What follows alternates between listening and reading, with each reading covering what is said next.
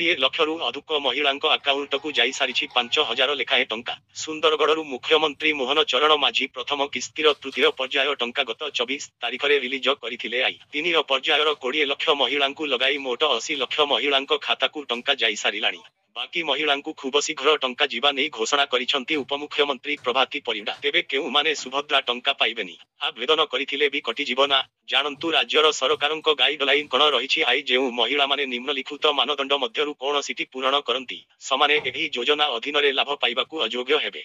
ସୁଭଦ୍ରା ଯୋଜନାରେ ସାମିଲ ହେବାକୁ ଥିବା ମହିଳାଙ୍କ ବୟସ 21 ବର୍ଷରୁ କମ୍ ହୋଇନଥିବା ଆବଶ୍ୟକ। ସେହିଭଳି 60 ବର୍ଷରୁ ଅଧିକ କୌଣସି ମହିଳା ସୁଭଦ୍ରା ଯୋଜନାରେ ସାମିଲ ହୋଇପାରିବେ ନାହିଁ। ଏମାନେ ଯଦି ଆବେଦନ କରିଥିବେ ତେବେ ନାଁ କଟିଯିବ। ସେହିଭଳି ଯଦି କୌଣସି ମହିଳା ମାସକୁ ମୋଟ 1,500 ଟଙ୍କା କିମ୍ବା ତାଠାରୁ ଅଧିକ କିମ୍ବା ବାର୍ଷିକ ମୋଟ 18,000 ଟଙ୍କା ବା ତାଠାରୁ ଅଧିକ କୌଣସି ରାଜ୍ୟ କିମ୍ବା କେନ୍ଦ୍ର ସରକାରୀ ଯୋଜନା ଯଥା ପେନସନ, ଛାତ୍ରବୃତ୍ତି ଇତ୍ୟାଦି ସହାୟତା ଗ୍ରହଣ କରୁଛନ୍ତି, ସେମାନେ ସୁଭଦ୍ରା ଟଙ୍କା ପାଇବା ପାଇଁ ଯୋଗ୍ୟ ବିବେଚିତ ହେବେ ନାହିଁ। ଜଣେ ମହିଳା ନିଜେ କିମ୍ବା ତାଙ୍କ ନିଜର ପରିବାର ସଦସ୍ୟ ଯଦି ବର୍ତ୍ତମାନର କିମ୍ବା ପୂର୍ବତନ ସାଂସଦ କିମ୍ବା ବିଧାନସଭା ସଦସ୍ୟ ହୋଇଥିବେ, ସେମାନେ ସୁଭଦ୍ରା ଯୋଜନାରେ ସାମିଲ ହୋଇପାରିବେ ନାହିଁ। ସେହିଭଳି ଆୟକର ଦେଉଥିଲେ ଏହି ଯୋଜନାରେ ସାମିଲ ହୋଇପାରିବେ ନାହିଁ।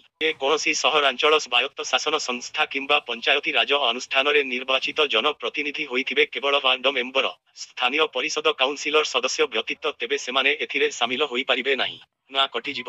ଭାରତ ସରକାର କିମ୍ବା ରାଜ୍ୟ ସରକାରଙ୍କ ଅଧୀନରେ ଥିବା ଯେକୌଣସି ଅଣ୍ଡରଟେକିଂ ବୋର୍ଡ, ସ୍ଥାନୀୟ ସଂସ୍ଥା, ଲୋକାଲ ବଡି କିମ୍ବା ସଂଗଠନ ନିୟମିତ ସ୍ଥାୟୀ ଚୁକ୍ତିଭିତ୍ତିକ କର୍ମଚାରୀ ଭାବରେ ନିଯୁକ୍ତ କିମ୍ବା ଅବସର ପରେ ପେନସନ ଗ୍ରହଣ କରୁଥିବେ। ଯଦି ଏହି ଯୋଜନାର ଅନ୍ୟ ସମସ୍ତ ମାନଦଣ୍ଡ ପୂରଣ କରୁଥିଲେ, ତେବେ ପାରିଶ୍ରମିକ ଗ୍ରହଣ କରୁଥିବା ସମସ୍ତ କର୍ମଚାରୀ ଏବଂ ଆଉଟସୋର୍ସିଂ ଏଜେନ୍ସି ମାଧ୍ୟମରେ ନିୟୋଜିତ ସମସ୍ତ କର୍ମଚାରୀ ଏହି ଯୋଜନା ଅଧୀନରେ ଯୋଗ୍ୟ ବିବେଚିତ ହେବେ। ଯଦି ଆବେଦନକାରୀଙ୍କ ପରିବାରର ଜଳସେଚିତ ଜମିର ପରିମାଣ 5 ଏକରରୁ ଅଧିକ ଓ ଅଣ ଜଳସେଚିତ ଜମିର ପରିମାଣ 10 ଏକରରୁ ଅଧିକ ହୋଇବ, ସେମାନେ ସୁଭଦ୍ରା ଟଙ୍କା ପାଇପାରିବେ ନାହିଁ।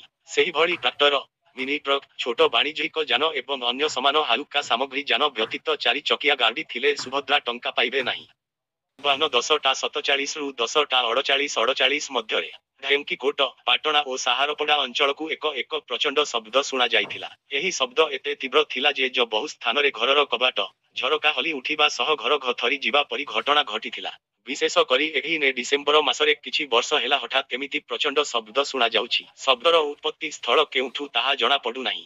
ଏହି ସମୟରେ ଏକାଧିକ ଉଡ଼ାଜାହାଜ ଦ୍ରୁତ ବେଗରେ ଆକାଶରେ ଚକ୍କର କାଟୁଥିବା ଦେଖାଯାଉଥିବାରୁ ଏହି ଶବ୍ଦ ସହ ଉଡ଼ାଜାହାଜ ଚକ୍କର ଘଟଣାର ସମ୍ପର୍କ ରହିଛି କି ନାହିଁ ତାହା ସାଧାରଣ ଲୋକଙ୍କ ପାଇଁ ଅଜଣା ରହିଛି। ଏଣିକି ଚୋରି ହେବନି ଗରିବମାନଙ୍କ ରାସନ, ସରକାର ନେଲେ ଏହି ପଦକ୍ଷେପ। ଭାରତ ସରକାର ଦେଶର ଲୋକଙ୍କ ପାଇଁ ଅନେକ ଯୋଜନାକୁ କାର୍ଯ୍ୟକାରୀ କରି ଚଳାଉଛନ୍ତି। ସରକାର ଏହି ଯୋଜନାଗୁଡ଼ିକର ଲାଭ ଦେଶର କୋଟି କୋଟି ନାଗରିକଙ୍କୁ ମିଳୁଛି। ତେବେ ସରକାରଙ୍କ ପକ୍ଷରୁ ଗରିବମାନଙ୍କୁ ନ୍ୟାସନାଲ ଫୁଡ ସିକ୍ୟୁରିଟି ଆକ୍ଟ ଅର୍ଥାତ NFSA ଆକ୍ଟ ମାଧ୍ୟମରେ ରାସନ ଯୋଗାଇ ଦିଆଯାଉଛି। ସରକାର ବିଭିନ୍ନ ରାଜ୍ୟରେ ରାସନ ବଣ୍ଟନ ଲାରି କେନ୍ଦ୍ରକୁ ରାସନ ପଠାଇ ରାସନ ବେଳେ ବେଳେ ଚୋରି ହୋଇଯାଇଥାଏ। ତେବେ ଏଥିପାଇଁ ସରକାର ନୂଆ ନିୟମ ଏହି ରାଜ୍ୟରେ ଜାରି କରିଛନ୍ତି, ଯାହା ଦ୍ୱାରା ଗରିବ ଲୋକଙ୍କ ରାସନ ଆଉ ଚୋରି ହବ ନାହିଁ। ହେବ। ହରିୟାଣାରେ ପ୍ରଧାନମନ୍ତ୍ରୀ ଗରିବ କଲ୍ୟାଣ ଅନ୍ନ ଯୋଜନା ମାଧ୍ୟମରେ ହାରାହାରି 32 ଲକ୍ଷ ପରିବାର ଅନ୍ତର୍ଭୁକ୍ତ ଅଛନ୍ତି। ଏହି ରାଜ୍ୟରେ ବେଳେ ବେଳେ ରାସନ ବିତରଣରେ ଦୁର୍ନୀତି ଦେଖିବାକୁ ମିଳିଛି। ରାସନ କାର୍ଡ ଧାରକଙ୍କୁ ରାସନ ମିଳିନଥାଏ ଏବଂ ତାଙ୍କ ରାସନ ଅନ୍ୟ କୌଣସି ରାସନ କାର୍ଡରେ ଚଢ଼ାଇ ଯାଇଥାଏ। ହେଲେ ହରିୟାଣାରେ ଆଉ ଏଭଳି ପରିସ୍ଥିତି ଦେଖିବାକୁ ମିଳିବ ନାହିଁ। କାରଣ ବର୍ତ୍ତମାନ ହରିୟାଣା ରାଜ୍ୟ ସରକାର ରାସନ ବଣ୍ଟନ ପୂର୍ବରୁ ସହର ଏବଂ ଗ୍ରାମରେ ଘୋଷଣା କରିବେ, ଯାହା ଦ୍ୱାରା ଯେତିକି ମଧ୍ୟ ରାସନ କାର୍ଡଧାରକ ଅଛନ୍ତି, ସେମାନେ ରାସନ ନେବାକୁ ଆସିପାରିବେ। ଏହା ବ୍ୟତୀତ ରାସନ ବିତରଣର ସମ୍ପୂର୍ଣ୍ଣ ପ୍ରକ୍ରିୟା ନିଷ୍ପକ୍ଷ ଏବଂ ସଠିକ ଭାବେ ହେବାକୁ ସୁନିଶ୍ଚିତ କରିବା ପାଇଁ ରାସନ ବିତରଣ ଡିପୋରେ CCTV କ୍ୟାମେରା ଲଗାଇବାର କାର୍ଯ୍ୟ ମଧ୍ୟ କରାଯିବ। ରିଲିଜ ପୂର୍ବରୁ ରେକର୍ଡ। ଭାରତୀୟ ସିନେମା ଜଗତରେ ନୂଆ କୀର୍ତ୍ତିମାନ ହାସଲ କରିଛି ପୁଷ୍ପା। ରିଲିଜ ପୂର୍ବରୁ ବଡ଼ ବଡ଼ ଫିଲ୍ମର ରେକର୍ଡ ଭାଙ୍ଗିଛି। ପ୍ରଥମ ଦିନ ପାଇଁ ମାତ୍ର 12 ଘଣ୍ଟାରେ ସାରା ଦେଶରେ 3 ଲକ୍ଷରୁ ଅଧିକ ଟିକେଟ ଆଡଭାନ୍ସ ବୁକିଂ ସରିଛି। ଅର୍ଥାତ୍ ପ୍ରଥମ ଦିନ ସିନେମା ଦେଖୁବାକୁ ଲକ୍ଷାକ ଲୋକେ ଟିକେଟ ବୁକିଂ କରି ସାରିଲେଣି, ଯାହା 10 କୋଟିର ଏକ ବଡ଼ ମାର୍କକୁ କ୍ରସ୍ କରି ସାରିଛି। ପୂର୍ବରୁ ଶାହରୁଖଙ୍କ ପଠାନ, ୟଶଙ୍କ KGF ଏବଂ ସଞ୍ଜୟ ଦେଓଲଙ୍କ ଗଦର ନାଁରେ ସବୁଠୁ ଅଧିକ ଆଡଭାନ୍ସ ଟିକେଟ ବୁକିଂ ରେକର୍ଡ ଥିବା ବେଳେ ପୁଷ୍ପା ଏହି ରେକର୍ଡକୁ ଭାଙ୍ଗିଛି। ସେପଟେ ସିନେମା ଟିକେଟ ରେଟ୍ ବି ବଢିଛି। ଭୁବନେଶ୍ୱରର ବିଭିନ୍ନ ସିନେମା ଏଟର ଓ ମଲ୍ଟିପ୍ଲେକ୍ସରେ ଅନ୍ୟ ଫିଲ୍ମର ଦାମ 100ରୁ 200 ଟଙ୍କା ଭିତରେ ରହୁଥିବା ବେଳେ ଏବେ ତାହା 2 ଗୁଣା ହୋଇଛି। ଅର୍ଥାତ ପୁଷ୍ପାର ଟିକେଟ 400 ଟଙ୍କାରୁ ଆରମ୍ଭ ହେଉଛି। ଖାଲି ଭୁବନେଶ୍ୱର ନୁହେଁ, ଦେଶର ଅନେକ ସିନେମା ହଲରେ ଏମିତି ଅବସ୍ଥା। ଦିଲ୍ଲୀର କିଛି ମଲ୍ଟିପ୍ଲେକ୍ସରେ 2,000ରୁ ଅଧିକ ଟଙ୍କା ରହିଛି। ତେଲେଙ୍ଗାନାରେ ସିଙ୍ଗଲ ସ୍କ୍ରିନର ସର୍ବୋଚ୍ଚ ଦାମ 150 ଟଙ୍କା ହେବା କଥା। କିନ୍ତୁ ପୁଷ୍ପା ପାଇଁ ହଲ୍ ଟିକେଟ ଦର ବଢ଼ାଇବାକୁ ସରକାରଙ୍କୁ ହସ୍ତକ୍ଷେପ କରିବାକୁ ପଡ଼ିଛି। ତେଲେଙ୍ଗାନା ମୁଖ୍ୟ ଶାସନ ସଚିବ ଏକ ଚିଠି ଜରିଆରେ ଏହି ଟିକେଟ ପ୍ରାଇସ୍ ସର୍ବୋଚ୍ଚ 800 ଟଙ୍କା ରଖିବାକୁ ନିର୍ଦ୍ଦେଶ ଜାରି ହୋଇଛି। ଏସବୁକୁ ଦେଖ ଅନୁମାନ କରି ହେଉଛି କି ପୁଷ୍ପାକୁ ନେଇ ଲୋକଙ୍କ ମଧ୍ୟରେ କେତେ ରହିଛି ଉତ୍ସାହ। ମହିଳାଙ୍କୁ ସ୍ୱାବଲମ୍ବୀ କରିବାକୁ କେନ୍ଦ୍ର ତରଫରୁ ଯୋଗାଯାଉଛି 15,000 ଟଙ୍କା। ମହିଳାଙ୍କୁ ସଶକ୍ତ କରିବାକୁ କେନ୍ଦ୍ର ସରକାର ଦେଉଛନ୍ତି 15,000 ଟଙ୍କା। ପ୍ରଧାନମନ୍ତ୍ରୀ ସିଲେଇ ମେସିନ ଯୋଗାଣ ଯୋଜନାରେ ମହିଳାଙ୍କୁ ସ୍ୱାବଲମ୍ବୀ କରିବାକୁ 15,000 ଟଙ୍କା ଦିଆଯାଉଛି। ଏଥିସହ ସେମାନଙ୍କୁ ମାଗଣା ତାଲିମ ପ୍ରମାଣପତ୍ର ତଥା ତାଲିମ ପାଇଁ ଦୈନିକ 500 ଟଙ୍କା ଯୋଗାଉଛନ୍ତି ସରକାର। ଏହା ବୁଝିଛି ମୋଦି ସରକାର। ତେଣୁ ମହିଳାଙ୍କୁ ଆର୍ଥିକ ଦୃଷ୍ଟିରୁ ସୁଦୃଢ଼ କରିବାକୁ ଅନେକ ଯୋଜନାର ଶୁଭାରମ୍ଭ କରାଯାଇଛି। ଏଥିରେ ଗୋଟିଏ ପ୍ରଧାନମନ୍ତ୍ରୀ ସିଲେଇ ମେସିନ ସ୍କିମ। କୌଣସି ମହିଳା ପୋଷାକ ସିଲେଇ ମାଧ୍ୟମରେ ସ୍ୱାବଲମ୍ବୀ ହେବାକୁ ଚାହୁଁଥିଲେ ଏହି ଯୋଜନାର ସୁଫଳ ନେଇପାରିବେ। ଏଥିରେ ରହିଛି ଅନେକ ପ୍ରୋତ୍ସାହନ ସୁବିଧା। ମହିଳାଙ୍କୁ ମେସିନ କିଣିବାକୁ 15,000 ଟଙ୍କା ଦେବା ସହ ମାଗଣା ତାଲିମ ସମୟରେ ଦୈନିକ 500 ଟଙ୍କା ଦିଆଯାଉଛି। ତାଲିମ ଗ୍ରହଣ ପରେ ମହିଳାଙ୍କ ବ୍ୟବସାୟ ପାଇଁ ମୋଦି ସରକାର 2ରୁ 3 ଲକ୍ଷ ଟଙ୍କା ଋଣ ପ୍ରଦାନ କରୁଛନ୍ତି। ତେଣୁ ମହିଳାମାନେ ଏହି ଯୋଜନାରେ ସାମିଲ ହୋଇ ନିଜକୁ ଆର୍ଥିକ ରୂପେ ସୁଦୃଢ଼ କରିବା ସହ ନିଜ ପରିବାର ତଥା ଦେଶ ବିକାଶ ଦିଗରେ ଭାଗିଦାରୀ ହୋଇପାରିବେ। ରାଷ୍ଟ୍ରପତିଙ୍କ ଶ୍ରୀମନ୍ଦିରରେ ମହାପ୍ରଭୁଙ୍କ ଦର୍ଶନ କାର୍ଯ୍ୟକ୍ରମ ଚୂଡ଼ାନ୍ତ। ଶ୍ରୀମନ୍ଦିରରେ ଶ୍ରୀଜୀଉଙ୍କ ଦର୍ଶନ କାର୍ଯ୍ୟକ୍ରମକୁ ନେଇ ଆସନ୍ତା 4 ତାରିଖ ଦିନ ରାଷ୍ଟ୍ରପତିଙ୍କ ନୀତି ନିର୍ଘଣ୍ଟ ଚିଠା ପ୍ରସ୍ତୁତ ହୋଇଛି। ଏଥିପାଇଁ ସ୍ୱତନ୍ତ୍ର ନୀତି ନିର୍ଘଣ୍ଟ ତଥା ବ୍ୟବସ୍ଥାକୁ ଛତିଶାନିଯୋଗ ବୈଠକରେ ଅନୁମୋଦନ ପ୍ରଦାନ କରାଯାଇଛି। ବିଶେଷ ନୀତି ନିର୍ଘଣ୍ଟ ଅନୁସାରେ ପୂର୍ବଦିନ ଅର୍ଥାତ୍ 3 ତାରିଖରେ ରାତି 12ଟାରେ ପହୁଡ଼ ନୀତି ସମାପନ ପାଇଁ ସ୍ଥିର ହୋଇଛି।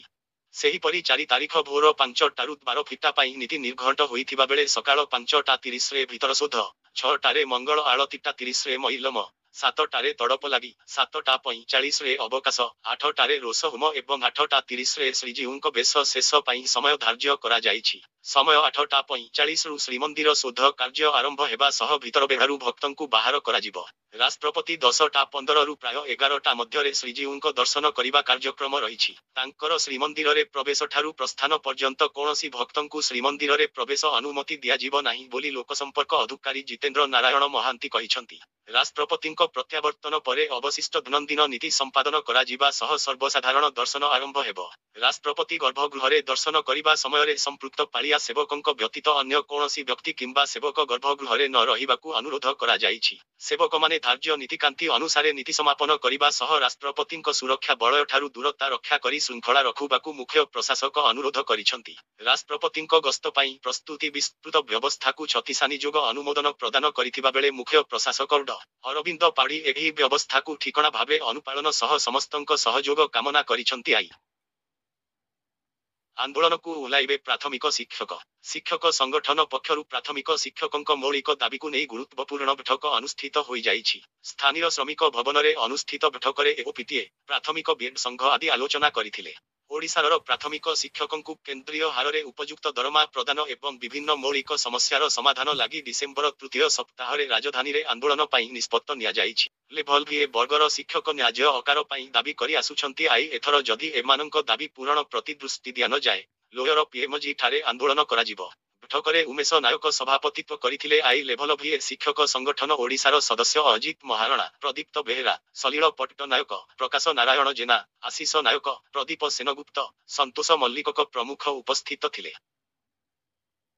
ରେଳ ସଂଯୋଗୀକରଣ ଓ ରେଳ ଷ୍ଟେସନ ସ୍ଥାପନ ଦାବିରେ ବିଶାଳ ଶୋଭାଯାତ୍ରା, ରାଷ୍ଟ୍ରପତିଙ୍କ ଉଦ୍ଦେଶ୍ୟରେ ଦାବିପତ୍ର ପ୍ରଦାନ। କରଞ୍ଜିଆ, ଜିତେନ୍ଦ୍ର ରାଜ ମୟୂରଭଞ୍ଜ ଜିଲ୍ଲାର ବହୁ ପୁରାତନ ସହର କରଞ୍ଜିଆକୁ ରେଳ ସଂଯୋଗ ଓ ରେଳ ଷ୍ଟେସନ ସ୍ଥାପନ ଦାବିରେ ଏକ ବିଶାଳ ଶୋଭାଯାତ୍ରା ଆୟୋଜିତ ହୋଇଯାଇଛି। ଗୋଲେଇ ସ୍ଥିତ ମୟୂରଭଞ୍ଜ ମହାରାଜାଙ୍କ ପ୍ରତିମୂର୍ତ୍ତି ନିକଟରୁ ଶୋଭାଯାତ୍ରା ଆରମ୍ଭ ହୋଇ ମାଣିକ ଛକ, ମିଳନ ପଡ଼ିଆ, ସିନେମା ହଲ ଛକ, ଏନଏସି ଛକ ହୋଇ ବଜାର ପରିକ୍ରମା ପରେ ଉପଜିଲ୍ଲାପାଳଙ୍କ କାର୍ଯ୍ୟାଳୟରେ ପହଞ୍ଚିଥିଲା। କରଞ୍ଜିଆର ରେଳ ମାନବ ଭାବେ ପରିଚିତ ତଥା ରେଳ କ୍ରିୟାନୁଷ୍ଠାନ କମିଟିର ସଭାପତି ଚିତ୍ତରଞ୍ଜନ ନାୟକ, କରଞ୍ଜିଆ ଓକିଲ ସଂଘ ସମ୍ପାଦକ ଦିବ୍ୟପ୍ରସାଦ ସାହୁ, କରଞ୍ଜିଆ ପ୍ରେସ କ୍ଲବ ସମ୍ପାଦକ କର୍ତ୍ତାର୍ଜୁନ ସାହା, ସମାଜସେବୀ ତଥା କରଞ୍ଜିଆ ବଣିକ ସଂଘ ସଭାପତି ବିଷ୍ଣୁକୁମାର ଅଗ୍ରୱାଲ, ସାମ୍ବାଦିକ ସଂଘ ସଭାପତି ଉମାଶଙ୍କର ଦାସଙ୍କ ସହିତ ବିଭିନ୍ନ ଅନୁଷ୍ଠାନ, ଶିକ୍ଷାନୁଷ୍ଠାନର ଛାତ୍ରଛାତ୍ରୀମାନେ ଉପସ୍ଥିତ ହୋଇ ଉପଜିଲ୍ଲାପାଳଙ୍କ ଅନୁପସ୍ଥିତିରେ ଉପଜିଲ୍ଲାପାଳଙ୍କ କାର୍ଯ୍ୟାଳୟରେ ଅବସ୍ଥାପିତ ଅତିରିକ୍ତ ଜିଲ୍ଲାପାଳ ବେଦବ୍ୟାସ ଭୋଇଙ୍କୁ ମହାମହିମ ରାଷ୍ଟ୍ରପତିଙ୍କ ଉଦ୍ଦେଶ୍ୟରେ ଦାବିପତ୍ର ପ୍ରଦାନ କରିଥିଲେ। ଦୀର୍ଘ 25 ବର୍ଷ ହେବ କରଞ୍ଜିଆ ଉପଖଣ୍ଡକୁ ରେଳ ସଂଯୋଗୀକରଣ ନିମନ୍ତେ ଚିତ୍ତରଞ୍ଜନ ନାୟକଙ୍କ ନେତୃତ୍ୱରେ ଉପଖଣ୍ଡର ବିଭିନ୍ନ ସଂଗଠନ ଦ୍ୱାରା ପ୍ରୟାସ ଆରମ୍ଭ ହୋଇଥିଲା। ପୂର୍ବରୁ ରେଳପଥ ନିମନ୍ତେ ଧାରଣା, ରାଲି, ବନ୍ଦ ପାଳନ କରାଯାଇ କେନ୍ଦ୍ର ସରକାରଙ୍କ ଦୃଷ୍ଟି ଆକର୍ଷଣ କରାଯାଇଥିଲା 2019 ସାଧାରଣ ନିର୍ବାଚନ ପ୍ରଚାର ପାଇଁ ଆସିଥିବା ଭାରତର ପୂର୍ବତନ ପ୍ରତିରକ୍ଷା ମନ୍ତ୍ରୀ ରାଜନାଥ ସିଂ ଗୋଲେଇ ଠାରେ ଆୟୋଜିତ ଏକ ନିର୍ବାଚନୀ ସଭାରେ କରଞ୍ଜିଆକୁ ରେଳ ସଂଯୋଗ ହେବ ବୋଲି ଘୋଷଣା କରିଥିଲେ। ଚଳିତ ବର୍ଷ ଲୋକସଭା ଓ ବିଧାନସଭା ନିର୍ବାଚନରେ ସ୍ଥାନୀୟ ଲୋକେ ଉଭୟ କେନ୍ଦୁଝର ମୟୂରଭଞ୍ଜ ଲୋକସଭା ସହିତ ଜିଲ୍ଲାର ସମସ୍ତ ବିଧାନସଭା ଆସନରୁ ବିଜେପି ବିଧାୟକଙ୍କୁ ବିଜୟୀ କରାଇଛନ୍ତି। ମୟୂରଭଞ୍ଜ ମାଟିର କନ୍ୟା ଦ୍ରୌପଦୀ ମୁର୍ମୁ ମହୋଦୟା ବର୍ତ୍ତମାନ ଭାରତର ମହାମହିମ ରାଷ୍ଟ୍ରପତି ଅଛନ୍ତି। ଓଡ଼ିଶାରୁ ନିର୍ବାଚିତ ଅଶ୍ୱିନୀ ବୈଷ୍ଣବ କେନ୍ଦ୍ର ସରକାରରେ ରେଳ ମନ୍ତ୍ରୀ ରହିଛନ୍ତି। ଏଣୁ କରଞ୍ଜିଆ ବାସୀଙ୍କ ନ୍ୟାଯ୍ୟ ଦାବିକୁ ଗ୍ରହଣ କରି ବାଦାମପାହାଡ଼ କେନ୍ଦୁଝରକୁ ସଂଯୋଗ ହେବାକୁ ଯାଉଥିବା ରେଳ ଲାଇନ କରଞ୍ଜିଆ ଦେଇ ଯାଉ ଓ କରଞ୍ଜିଆ ଠାରେ ଏକ ଷ୍ଟେସନ ସ୍ଥାପନ ହେଉ ବୋଲି କରଞ୍ଜିଆ ରେଳ କ୍ରିୟାନୁଷ୍ଠାନ କମିଟି ଦାବି କରିଛି। ଏହା ସହିତ ଆସନ୍ତା 6 ତାରିଖ ମହାମହିମ ରାଷ୍ଟ୍ରପତିଙ୍କ ରାଇରଙ୍ଗପୁର ଗସ୍ତ ସମୟରେ କରଞ୍ଜିଆ ରେଳ କ୍ରିୟାନୁଷ୍ଠାନ କମିଟିର ପ୍ରତିନିଧି ମଣ୍ଡଳ ତାଙ୍କୁ ଭେଟି ପୁନର୍ବାର ଏକ ଦାବିପତ୍ର ପ୍ରଦାନ କରିବ ବୋଲି କରଞ୍ଜିଆ ପ୍ରେସ କ୍ଲବ ସମ୍ପାଦକ କର୍ଣ୍ଣାର୍ଜୁନ ସାହା ସୂଚନା ଦେଇଛନ୍ତି। ଅଜଣା ଭାଇରସରେ ଗଲାଣି 15 ଜୀବନ, 17 ଦେଶରେ ହାଇ ଆଲର୍ଟ ଜାରି। ବର୍ତ୍ତମାନ ପର୍ଯ୍ୟନ୍ତ କୋଭିଡ ଦୁନିଆରୁ ଶେଷ ହେବାର ନା ନେଉ ନବା ବେଳେ ଏବେ ନୂଆ ଭାଇରସ ବ୍ୟାପିବାରେ ଲାଗିଛି। ଆଜିକାଲି ଆଫ୍ରିକୀୟ ଦେଶ ରୁୱାଣ୍ଡାରେ ମାରବର୍ଗ ଜୀବାଣୁ ମାଡିବାରେ ଲାଗିଛି ଏବଂ ଏହି କାରଣରୁ 15 ଜଣଙ୍କର ମୃତ୍ୟୁ ମଧ୍ୟ ହୋଇଛି। ମାରବର୍ଗ ଜୀବାଣୁରେ ଶହ ଶହ ଲୋକ ସଂକ୍ରମିତ ହୋଇଛନ୍ତି ଏବଂ ଏହାର ବିପଦକୁ ଦୃଷ୍ଟିରେ ରଖି ପ୍ରାୟ 17ଟି ଦେଶରେ ଯାତ୍ରୀମାନଙ୍କ ପାଇଁ ଏକ ସତର୍କ ସୂଚନା ଜାରି କରାଯାଇଛି। ମାରବର୍ଗ ଜୀବାଣୁ କାରଣରୁ ଲୋକଙ୍କ ଆଖୁରୁ ରକ୍ତ ବାହାରିବା ଆରମ୍ଭ କରେ, ଯେଉଁ ପାଇଁ ଏହାକୁ ବ୍ଲିଡିଂ ଆଇ ଭାଇରସ ମଧ୍ୟ କୁହାଯାଏ। ଆସନ୍ତୁ ଜାଣିବା ଏହି ଜୀବାଣୁ ସମ୍ବନ୍ଧୀୟ ଗୁରୁତ୍ୱପୂର୍ଣ୍ଣ ଜିନିଷ। ବିଶ୍ୱ ସ୍ୱାସ୍ଥ୍ୟ ସଂଗଠନ WHOର ରିପୋର୍ଟ ଅନୁଯାୟୀ ମାରବର୍ଗ ଭାଇରସ ଇବୋଲା ଭାଇରସ ପରିବାର ସହିତ ଜଡ଼ିତ, ଯାହା ଭାଇରାଲ ହେମୋରେଜିକ ଜ୍ୱର ସୃଷ୍ଟି କରିଥାଏ। ଏହି ଜୀବାଣୁ ଲୋକଙ୍କ ରକ୍ତ ଭେସେଲ୍ସକୁ କ୍ଷତି ପହଞ୍ଚାଏ ଏବଂ ଆଭ୍ୟନ୍ତରୀଣ ରକ୍ତସ୍ରାବର କାରଣ ହୋଇଥାଏ। ମାରବର୍ଗ ଜୀବାଣୁ ଏକ ଜୁନୋଟିକ ଜୀବାଣୁ, ଅର୍ଥାତ୍ ଏହା ପଶୁମାନଙ୍କ ଠାରୁ ମଣିଷଙ୍କୁ ବ୍ୟାପିଥାଏ। ଏହା ରକ୍ତ, ପରିସ୍ରା କିମ୍ବା ଲାଳର ସଂସ୍ପର୍ଶରେ ଆସି ମଣିଷକୁ ବ୍ୟାପିଥାଏ। ଏହି ଜୀବାଣୁ ଅତ୍ୟନ୍ତ ବିପଜ୍ଜନକ ଏବଂ ସଂକ୍ରମିତ ହେଲେ ମୃତ୍ୟୁ ହେବାର ସମ୍ଭାବନା ଅଧିକ ଥାଏ।